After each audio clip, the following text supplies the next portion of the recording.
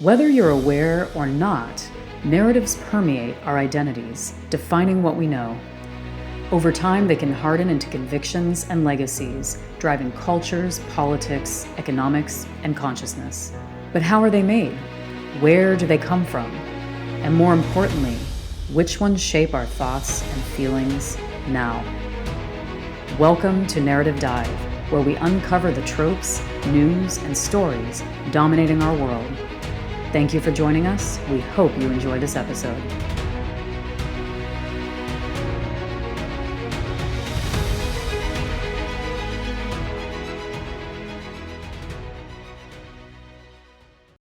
Welcome back to Narrative Dive, where we are deep diving into the stories dominating our world. Today, Marla Sofer is joining me. She is the founder and CEO of Knomee. Marla is a financial services and fintech executive, founder of two women's networks. We definitely have that in common. Driving change and inclusion in corporations. She's a frequent speaker on topics related to the future of financial services, wealth, and asset management. A startup advisor, and 2020 Woman of Silicon Valley, 2021 Woman in Wealth Tech to Watch, and proud mom and wife. She led partnerships quantified in billions of dollars at JP Morgan and BlackRock before leaping into fintech in 2015 to improve customer experiences. Her experiences at Microsoft, Carta, Invesco, and Lending Club influenced her decision to create a solution that would improve personal financial wellness and enable financial services companies to better serve their customers and prospects. Marla, welcome. Thank you, Jessica. I'm so excited to be here. Excellent. I've wanted to talk to you for a while after we made our introductions last year because I've been tracking your progress with Knomee, and I'm basically your target audience. It's an excellent solution, and we're going to dive into what it is. But what caught me and why I wanted to bring you on the show was you made a blog post with the quote, and many listeners can relate to this: "I have 40 years ahead of me and nothing to show for the 40 years behind me." Now, that doesn't necessarily have to be 40 years. It can be 30 years. It can be 50 years. But we've all been in that position where we're kind of cross-comparing our lives to others or to the standard that society puts forth to us. And we start to think, wow, I need to catch up, or I'm not where I should be. And then some version of shame sets in. So you go pretty in depth of this in this blog, and I'll of course put a link to this blog in the show description below. But it's a common narrative affecting women, especially women who are entering what society calls middle age. Of course, I'm not a huge fan of the term middle age, but since we're conditioned to reflect as we move ahead, why would this narrative be a dangerous place to stay? Yeah, I think what struck me just about that is that what you said, that a lot of us feel that we're not where we should be. And the reason it's dangerous is because nobody wants to live their life reactively. We don't want to look at all of the things that we have done, and frankly, you can stir and think about what it is that you might have done in the past. And way too often, especially for women, it stops us from thinking about the future. And what I've learned in interviewing hundreds of women is that we do not spend enough time thinking about our future. We don't create clarity about what it is we want to do. I think we're sometimes afraid, and we don't know how to answer the question, what are your goals? When we tap into that, we expose vulnerability. And that vulnerability is good. It's not a dangerous thing. It's an exciting thing. But it is a little bit scary. But when you get a little bit of stress and fear and anxiety, those are things to lean in on. And when you think about achieving whatever you want to achieve in your future, you take an entirely different approach to how are you maximizing the life that you're living. And when you say to yourself, I'm not where I should be, you're not really stepping into that acknowledgement that we're in this finite experience. How do we choose to embrace our future, reflect on how we would like to support and embrace authentically our values and recognize that vision of future me. So I think that it's dangerous because it stops you from taking action. And in order to really manifest your vision of the future, it's that mindset shift that needs to be your very first step. That mindset shift kicks you out of I'm not where I should be and kicks you into where do I want to be so that you recognize and can put some milestones down, mile markers that you would like to achieve and start working toward those. And it's never too late. Never ever too late. It doesn't matter if you are any age on the planet. Everyone is inspired by those stories of people who go and get, second, third degrees in their 80s and 90s because this is as long as you're here on this planet, you're on a journey. And any time that you find yourself in is the right time to get started on some goal. That's an excellent way to flip that narrative. And you do touch on a good point that it stops you in your tracks, which is one of the reasons why I wanted to do a show about narratives, because they can hold us up. They can hold us back. I like the way you're flipping this, and your personal story of how you created your company is quite fascinating. So first tell us, what is Knomee exactly? Sure. So, Knomee helps you answer the question, is this financial product right for me? And for most people, they don't know. It is so overwhelming to make the right financial choices. And what I think people don't want to hear, because it's not an easy answer, is that the true answer to that question is always 100% of the time, doesn't matter what the product is, the answer is it depends. And what Knomee helps you do is clarify all of the things that it depends on so that you get unstuck. You can take action toward your future. One of the most important things that it depends on is knowing what you're aiming for. And I want to go back to what you were just saying. When you think about this narrative that keeps people stuck in the past, there is somewhat recent research that has come out just thinking about the definition of contentment. And when you define contentment and you put rails around it and say, when I get to this particular place, I will feel content, you are much more likely to get there and to feel content. When we think about money today, if you ask people, what are your goals? The thing that comes to most people's mind immediately is, I want to get rich. I want more money. Or even more common, I don't know my goals.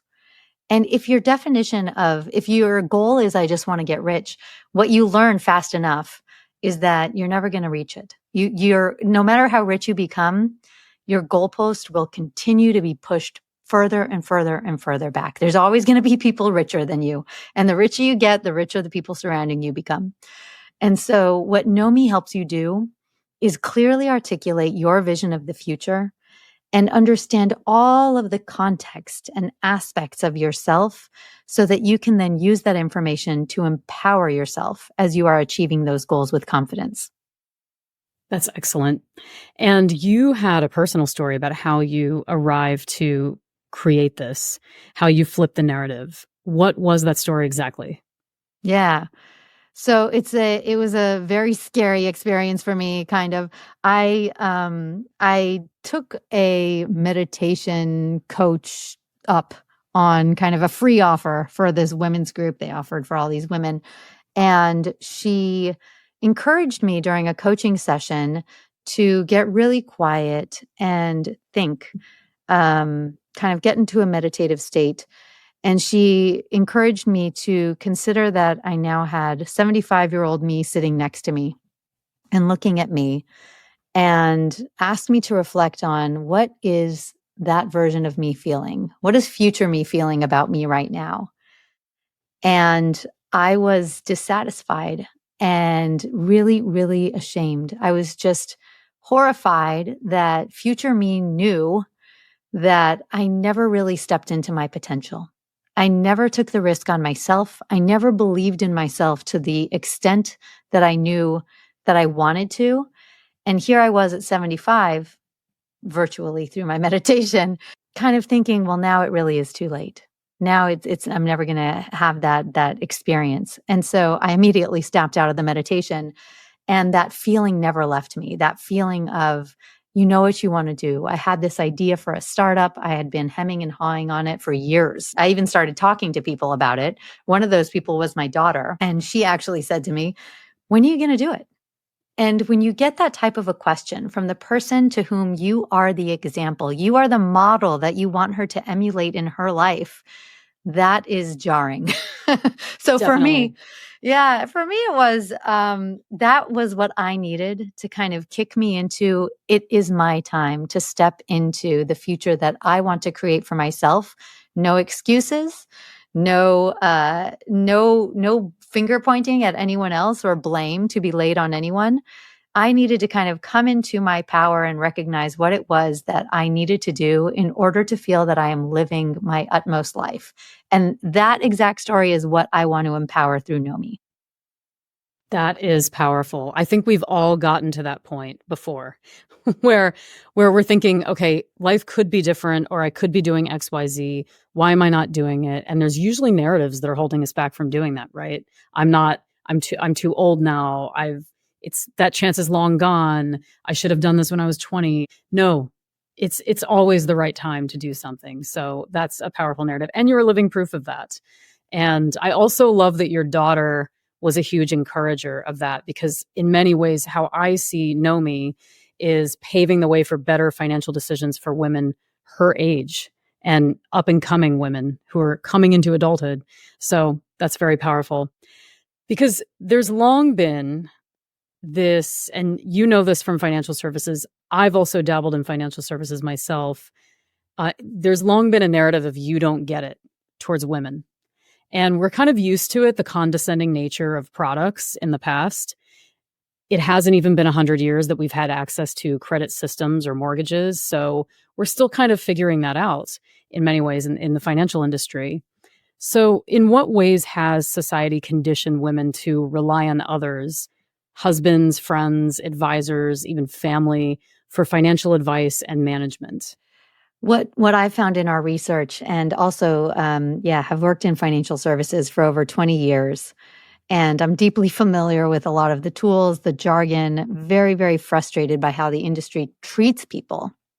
And what I've learned in speaking with hundreds of women is that it's worse than you think. It's not just that we're kind of used to it. We are not we're not accustomed to anything different. And for every single woman I spoke to, what I heard is a different story, but a very similar story of condescension, of shame, of this person kind of made me realize that I'm not smart. And that story is heartbreaking because every single woman is so much smarter than she thinks she is. And there is this internal narrative that she's telling herself about her capability. There was that trend around girl math and female ability to get into numbers and analytics and planning and details and calculus and all of these things that we might shy away from. And it's none of that. I just wanted to share this story. I have a daughter in college and a son who's going to college this year. And I was doing some research because he is a bit more STEMmy, very science and math focused.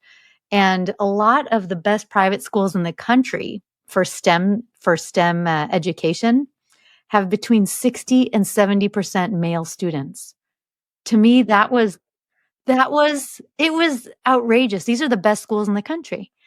And I thought, we're not doing well enough as a society. We're okay with this acceptance of the narrative that is one that we should not be okay with.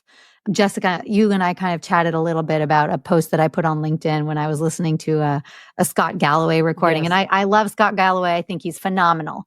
But I think in this particular podcast that he did, he got it wrong. And what he was talking about is how in his marriage, he's the one who's good with money. And he also boasted about how his wife had worked at Goldman Sachs and had these great credentialed jobs, has an MBA, but that he makes all of the investment decisions and that she does the spending. And that narrative is one that has permeated our society for too long, that women do the spending, maybe even the philanthropy, and men do the investing. And what bothers me more than anything is that investing is what is required for wealth accumulation. If women want to participate in that story of wealth accumulation, they have to invest. They have to recognize that that is the source of their empowerment. That is where the impact happens.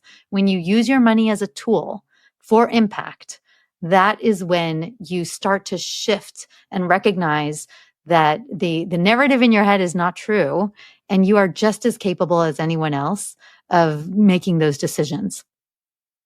That's very true. And did mention to you when we were talking previously, I just came back to the US after 4.5 years of working in Germany. And I remember picking up a German textbook because while I was there, I thought, oh, I'll be adventurous. I'm working in an office full of Germans who are speaking German. I'm going to learn the language. And I opened the book, and one of the dialogue examples in the book was a man telling his girlfriend not to buy too many shoes and that he's better with money than her. Well, you know what? I'll manage the finances because you buy too many shoes. And I remember slamming the book shut out of disgust, thinking, oh my God, here we are perpetuating these narratives about women being bad with money. I mean, in most of my relationships in the past, I was always the better one with money who was, more organized and had everything together. But that just unfortunately was not the dominant narrative for the longest time. And so even in something like a language learning textbook, at a very simple level, this idea is reflected. So that gets into my next point, which was we are familiar with the fact that financial services for the longest time was controlled by the suits in the corner office. Advertising had the madmen, financial services had the suits in the corner office. And a lot of what happened is products being offered to consumers were jargon filled, hard to understand. And technology has really shifted that. So, how has technology paved the way for better products in financial services? I would say access has improved, but I don't know that we've gotten to better products and services. And I don't know that we have shifted away from dramatic improvement in the use of jargon. In fact, there's a lot of new risk that comes with access. So you think about kind of what happened with the crypto exchanges, and you think about Robinhood and these kids who invested in options without really deeply understanding what they were getting into and what that turned into, the risk that they were taking on. So that is not better. the products are still largely controlled by elites who push them at us, as opposed to working bottoms up and understanding who are we, what are our issues that we need solving in our lives, and how are financial tools going to help us address those issues. That is not how financial services works today. Your financial provider, I can be pretty sure, doesn't matter how much money you have, he doesn't know you that well. And he doesn't know you, how you're changing over time. He doesn't deeply understand your relationships, your values, your attitudes about money, your psychology of money, and how you were raised as a child and to think about money. What technology does is it perpetuates and maybe simplifies and expands access of existing capabilities that exist in the world. So there's still a lot to be done with respect to changing the way products work. What we're doing at Knomee is trying to force a paradigm shift to say financial services should be built from the bottom up, understanding its customers deeply enough so that it can provide value in a way that the customer deems valuable, eliminating conflicts of interest. Don't sell me something that's not right for me. Don't sell me something that is just going to make you more money and that for me might be totally, totally opposed to what my vision of the future is.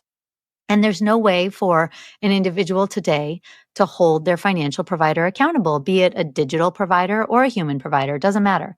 The opportunity right now in technology is to start with data, to understand those needs, to use everything we've learned about customer engagement that the other industries have gotten very right, but it's taken them years. Financial services still doesn't have it. And that engagement model, if you look at wellness apps, dating apps, weight loss apps, language learning apps, without saying the names, I bet you can think of 20 that come to your head right now. Those apps have changed the game as it relates to engaging you using the latest, greatest technology. Most of them use psychology. They are all focused on increasing your dopamine. They put you through these compulsion loops of exercises, short, medium, and long-term compulsion loops, so that you keep coming into that application because it is giving you something that is driving some need that you have. That is coming to financial services. And when you think about how it can come in a very healthy way, it is when you use that beautiful capability that technology has introduced to tap into your dopamine, to tap in what's important to you, but for the purpose of serving your future, for the purpose of giving you value in return as a consumer, and respecting the fact that you, better than anyone else, knows what it is that you want to achieve out of life. So if you could talk about how incentive models and personal agency, which I know you're trying to do a paradigm shift of with Knomee, how that plays into what we just discussed. Yeah, it goes back to girl math, and how a lot of underserved demographics, women, of course, but also others, um, have bought in to the financial services narrative. It serves them when we believe that they are smarter, more sophisticated, trustworthy. In some cases, they are. In some cases, they're not. And every single person I've met has a story of where they haven't been. Everyone's got a story. We've all been sold a bill of goods, and we were like, yeah, that didn't turn out what I wanted, what I thought it was going to be. And for some people, it has introduced incredible life transitions and shifts that they weren't prepared for. I don't want to say that all financial services professionals are bad. Absolutely not. Quite the contrary. There are financial planners, especially human centric financial planners, that are credentialed, they're fiduciaries. They try to take action. Fiduciary just means that they are paid as you make money. So as you make money, they make money. They are not necessarily pushing products in return for commissions. But that doesn't necessarily mean that there aren't conflicts of interest. Many financial professionals, almost all, are compensated when they manage your assets. And so what they want to do is get you to concentrate as many of your assets under their control as possible, because when they do that, they make more money. When we think about incentives, I think there's a level of knowledge and familiarity, not of how they make money, but of what your needs are. Understanding where you are in your life, where maybe you've been burned, and understanding what model works for you and what you're trying to achieve. The menu of options today is broader than it's ever been, ever in the past. So if you think about where you might want to get some support with your financial decisions, it used to be that you would, work with a stockbroker that would sell you a product, you'd pay him a commission for an investment. And now it's kind of turned into what they call rep SPM. It just means that they make a portion of your assets. Now the menu has expanded. There are providers that will charge you hourly, like a lawyer. Come and get some advice from me and pay hourly.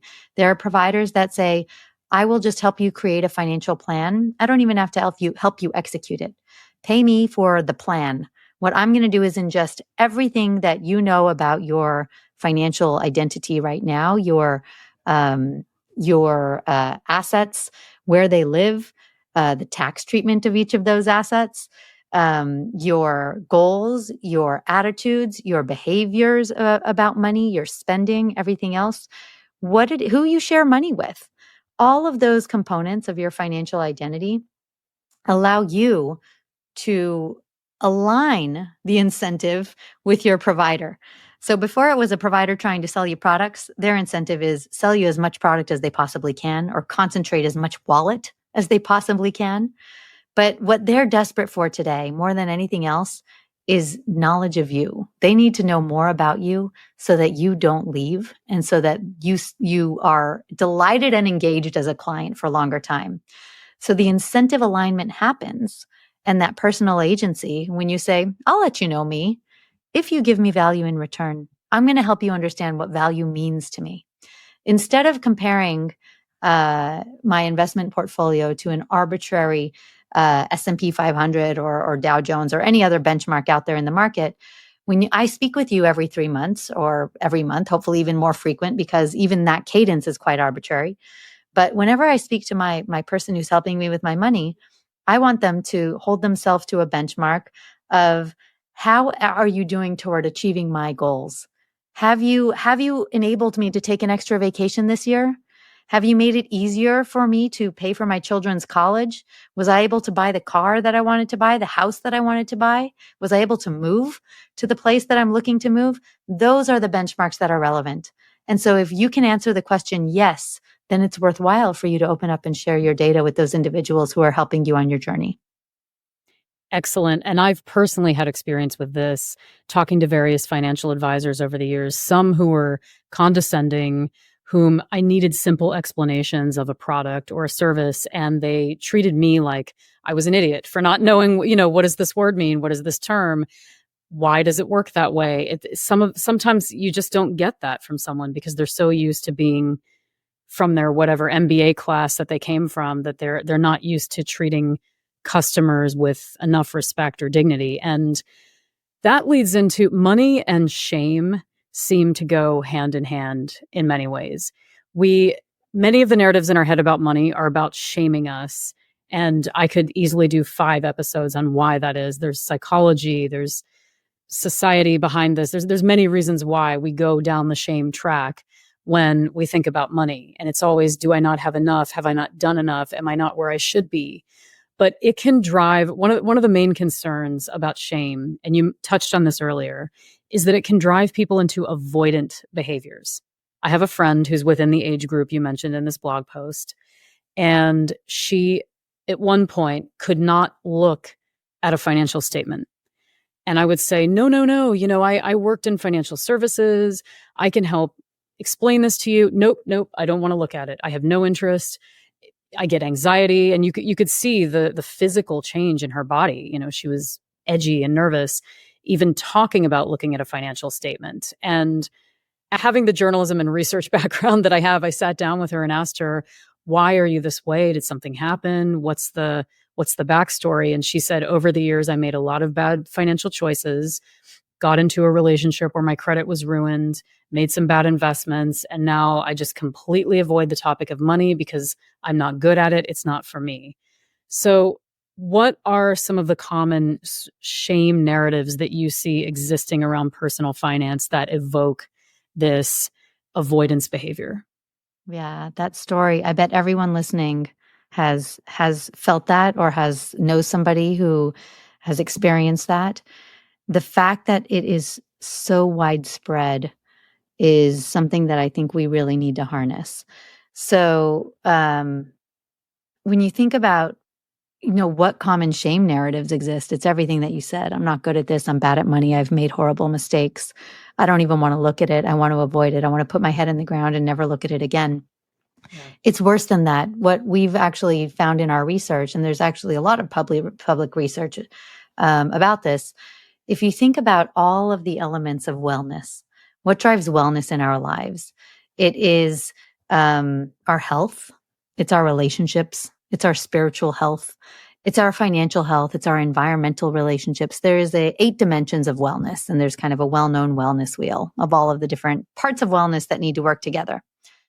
When you are financially unwell, and shame is one of those things that keeps us financially unwell, it breaks multiple other spokes on the wellness wheel. Money is known to be the second leading cause of divorce. And actually, the first is communication. I bet a lot of that communication is about money. So maybe it's both. It is also a very leading cause of gastrointestinal issues, of sleep issues, of headaches, of physical ailments, of all kinds of stress that we feel in our lives. And the reason is because we have a horrible, horrible relationship with money as a society. We hold money up as this incredible, beautiful gem of a thing that we all should strive to attain more of without really understanding for what. What is it that we need the money to help us achieve in our lives? And what I come back to kind of this concept of shame, it's really rooted in how society views money and our own insecurity, which is not accidental. Our insecurity comes from an industry that is incentivized to get us to buy, buy, buy, buy, buy, buy. Not only the financial industry, we're a consumer economy. Everything is about how they are trying to get more of our money, however possible. The financial industry in particular introduced all of this jargon, new language, inaccessible concepts that have encouraged us to feel even smaller, even more shameful, even less to have a right at the table when we're talking even about our own money. We earned that money. We should have a say in what it's going to be doing for what purpose. So I do feel that, those common narratives exist. I think everyone has, they can play in their head. Is the narrative you're listening to? Well, the first step is, what if money is not the goal? What if we said money has nothing to do with happiness and money's not the goal? Your task to live your best life is to figure out, what is it a tool for? Money is your tool, not your goal. When you think about money as a tool, you give yourself permission to then define, what do I need money for? And you kick out of that narrative of shame. And you don't have to know anything about derivatives or futures or options or all of those scary words. All you need to know about is, what brings me joy? What do I want to use money to help me do? And that's what we help you actually clearly articulate in Knomee, so that you can share that information with people who are there to support you on your journey. Excellent. And shame becomes part of an identity crisis that many people have often. You've also mentioned the term financial identity as we've been talking, which reminds me that most people define, and I was guilty of this for the longest time before I actually started working in the industry. What my financial identity is how much I have invested or what I actually spend money on, my consumer behavior, for example. But it's so much more multifaceted than that. But you actually have a different definition on the website, which I thought was more comprehensive. And that is, financial identity comprises goals, values, risk, behaviors, and other basic information about you. And we forget that even the most simple data, what gender do you identify as? How tall are you? What is your age group? All of that are sellable points that some advertiser at some point off of a social media platform has tried to sell to us from. So when you think about it in terms of your definition, this puts me as a consumer much more in control than the other ideas that I've had in the past. So how can we best utilize this definition and put ourselves in control? Yeah, I love that. Thank you also for kind of bringing up this idea. Um, I I do want to also say that one of the first blog posts I wrote is, when a lot of people think of financial identity, they think of a credit score. And a lot of Yes. people have defined themselves by their credit score. That's crazy. So let me just go do a quick aside here. A credit score is not created for you. A credit score is created for a bank or a credit provider, a lender of some sort, to have a quick heuristic to judge you based off of your payment history. That's all it is. And if you think about why you might want to make a choice about what financial product is right for me, how limiting is that concept of a credit score? A credit score, that's all it does. What does your payment history look like? And your relationship with credit in the past. And with that, we're going to give you a score. But that score does absolutely nothing for you. A financial identity, to your point, it helps you clearly answer the question, what is it that you want to be doing with your money? What is your vision of the future? The things that answer the question, is this product right for me? And when you ask yourself, well, it depends. It depends on what? It is those things you referenced: your demographics, your values, your goals, your psychology, your attitudes, your behaviors, your life events. As you go through life events, not all of them are goals, but they're going to happen no matter what. And then the last thing that's in your financial identity is, who do you share your money with? Who is it that is part of your cohort of people that are in your unit, that you need to share your money or information about your money to get you where you're going?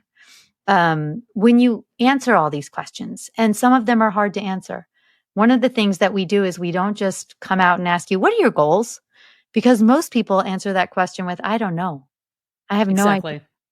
And if we start by breaking that down using behavioral psychology, there is tons of research that is not necessarily taught to you, the individual, but it's taught to financial planners. And financial planners know how to get you to break it down And that's what we're embedding into our application. It should be accessible to everyone.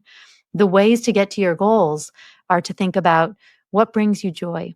Where do you want to spend more time? Where do you maybe want to spend less time? The things that you prefer to outsource and subtract from your life. If you think about um, what good looks like, and when you think about 75-year-old you, maybe you are 75. Think about 95-year-old you. What is that person doing? What is she enjoying? What are the things that bring meaning to her life? It doesn't necessarily have to be pleasure. There was a podcast I recently listened to that said the definition of happiness is not only pleasure, but meaning. And meaning comes not only from pleasurable experiences, it comes from doing the hard things that give you a sense that you are living your life to the max. You are living an authentic and full life with integrity. And so in order to get to that life of meaning, we help you define what does that look like? What does that life of meaning mean for you? And then you can create the goals to get there.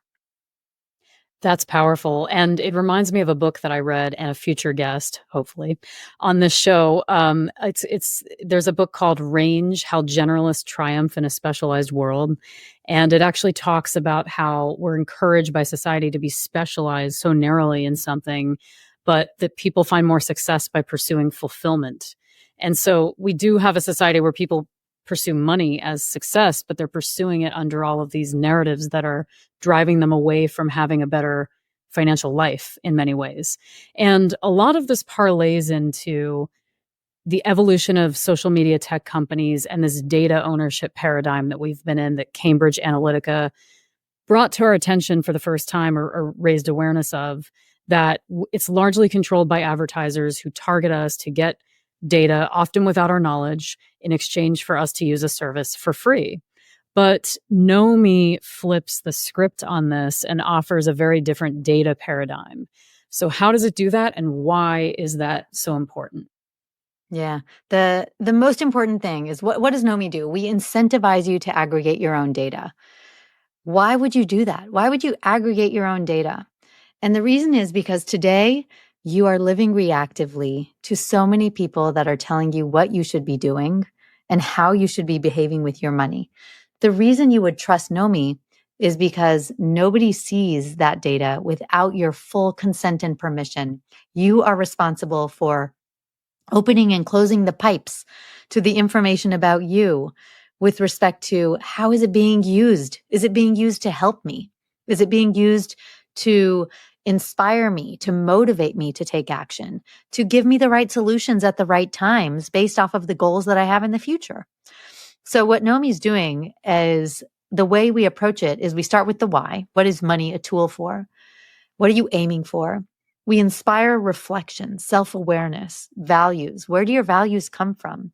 We help you put down the milestone markers, put down the flags, and celebrate the flag. When you create a goal, you build more happiness because there's a goal that you achieve, you reach, you celebrate, and you can move on to the next one. And so when you create that goal, it should align to that definition of contentment, of happiness, pleasure plus meaning. To achieve those things, you have to define what that means in your own context, as opposed to always being in the constant search. My academic advisor, Dr. Meg Lertz, who works at Columbia and Kansas State, she calls it a hedonic treadmill, that we are just always running and running and running and never reaching. So instead of being on that reactive, constant search for meaning and happiness, take a moment. We're going to help you, walk you through all of these activities so that you can plant flags in your future. And then when you get there, you celebrate and you move on to the next one. Data ownership, to that point, when you think about what that means, it is knowing what you want that enables you to have the control to focus on those things. If you don't know what you want, then that is not going to stop other people from telling you what you want, which in essence means you are not in control. You are no longer in control when people are telling you what you need and what you want. What Knomee does is allows you to pause. Let me define what I want, because I want the reins on my future. I want to make sure that every decision I make, especially as it relates to high risk financial products, or any type of risk financial products for that matter, I want to make sure that they are enabling me to express my identity in a way that feels authentic. It feels right for me. Don't push me into something high risk if that's not comfortable. And don't put my money into something I don't want to be supporting. The only way that you can get to that future state is by defining, what does that mean again? What are those things you don't want to support? What is that uncomfortable range so that I know we won't go there? What is the comfortable range? You've got to clarify that. If you don't clarify that, you've got no rubric of accountability for your money, and that won't stop the sales guys. So, yeah, it puts you in a position of control. What is your hope going forward for financial services in general, especially in how they're driving narratives in people's minds about money? Oh, my hope is that there is I hope Knomee plays a role in this, that there is a groundswell and a sea change of people who say, not any longer. I am not going to listen to this narrative that I'm not good with money. I'm not going to chase money without any purpose. I am going to take control and I'm going to hold my money accountable. What I hope in the future that we see is that the menu continues to expand. Today, I hate to say this, but for most people who are in investments, the menu is smaller than it's ever been. While we are getting baskets of securities, I'm sorry for getting jargony here, but whereas in order to buy a mutual fund, let's say, long ago, there was much higher costs and commissions to get there. Now we have low cost ETFs. Everyone can buy a basket of securities, the S&P 500, let's say. What that took away from us is now there are models, and most people are pushed into any variation of, call it 5 to 7 different models. But we as humans have a lot more than 5 or 7 degrees of variation. We have unlimited degrees of variation. We're each a snowflake. So if you think about investing in the future, this is very much a trend in the world of wealth and asset management, to personalize at a much more granular level. The tools exist. Tech exists to get there. Now, instead of buying a whole share of something, you can buy a tiny sliver of a share. So you can actually have this much better allocated portfolio that is more aligned with who you are and what you want. What doesn't exist is the information about you. I've got the tool. I don't have the data to plug in. And so what I hope the financial industry does in the future is really embrace this paradigm shift that when individuals take control of their own data set, their own financial identities, then individuals get to hold their money accountable, and the level of service that they get from the industry goes way up. It's way more personalized. You don't find people who are paying $5,000, $10,000 for one meeting, just to kind of compare them to a benchmark and say, yeah, you're doing okay. You're on track for retirement. Wait, what does retirement mean again? Oh yeah, you never asked. So Knomee is going to change the paradigm and say, no, I know exactly what this means to me. I'm holding you accountable. Financial services will get more pinpointed and higher value for every individual that needs them. In my second to last question, as we're wrapping up this episode, is there anything that I should have asked you that I didn't ask you at this point? I don't know. Those are a lot of really good questions. And when I think about narrative, I think you hit on the number one most important issue here is that we all live with a narrative about money, and we inherit it from our parents. We inherit it from our society. And then we become adults and we inherit it from the financial industry that, kind of pounds those nails in even harder into our own narrative.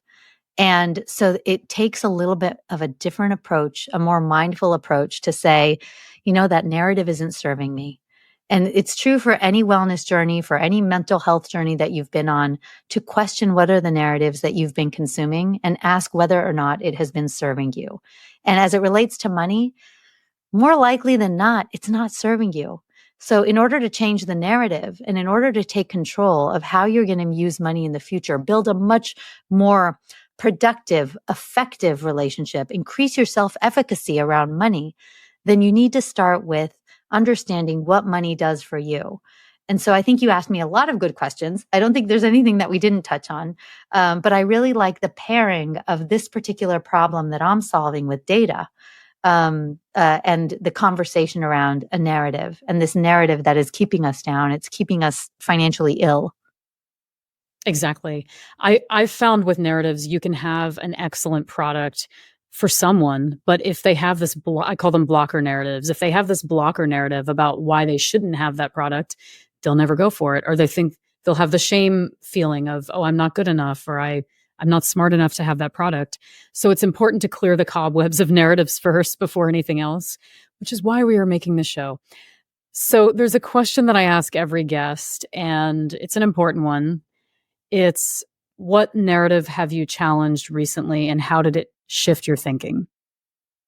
Gosh, I feel like the last 2 years, I have been like, um, if you kind of can think of a visual, I feel like I've been kind of in full armor with a sword, like, just, like, hacking away at, the thorn bushes of narratives that have that have stopped me from living my life. If you can imagine, like, a tiny little woman, like, with the full armor hacking away. So the narrative that I can't be a founder, I can't fundraise, I can't attract a high quality team, I can't go through all the marketing, I can't put my 47-year-old face on videos and go on social media. Like all of these, I can't. Those are the ones that I am just taking a sledgehammer to, or a sword, one by one, and trying to address, wait a second, what if I try? What if I take one step today that allows me to challenge that one narrative? One of the narratives that we get a lot, and I'm grateful for feedback from any listeners or anyone else that might be listening to the podcast, and sees this, is this narrative, that this concept that Knomee is built around is just too abstract for people to understand. People aren't going to get it. It's too out there. I think that the best, most innovative tech innovations of our time started like that. They started as an abstract concept that everyone said people aren't going to get it. They're not going to want it. They're not going to want Uber. They're definitely not going to want Facebook. They're not going to want Google. Why would they want that? Now look. And so these ideas, they're big paradigm shifting ideas. And so that is like I would say the meta narrative that I'm challenging is, no, I think people will get it. I think they'll understand what we're trying to do. And I think they'll see a tremendous amount of value in the agency that they're going to get in living better lives. Marla, I can't thank you enough for coming on this show and talking about financial narratives. These are hugely important, and we will have actually more episodes around them. This one was centered around data. We'll have a more psychological perspective on them, but the financial narratives are so much. And if we want to empower people financially and give them the tools, we also have to shift their way of thinking as well. Personal agency, as you mentioned earlier. So thank you so much for coming on the show. Thank you, Jessica.